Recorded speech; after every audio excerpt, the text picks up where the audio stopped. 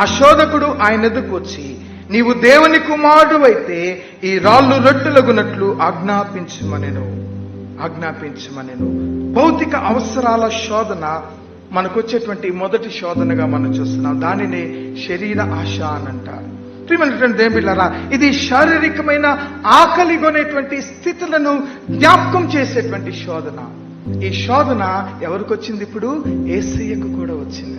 భౌతిక అవసరాలకు వచ్చేటువంటి శోధన యేసు ప్రభు వారికి సంభవించగా, ఆ శోధనను ఎదుర్కొన్నటువంటి యేసయ్య ఇచ్చిన ఆన్సర్ ఏంటో తెలుసా?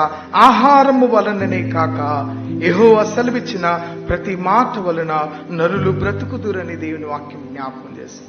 ఇది నాన్న మన జీవితంలో కూడా ఈ 40 ఆధ్యాత్మిక జీవిత ప్రయాణములో మనకు వచ్చేటువంటి మొదటి శోధన ఏమై ఉండొచ్చు అంటే, భౌతిక అవసరాలకు కలిగించేటువంటి శోధన అనే శోధన మనకు ఎదురవచ్చేమో.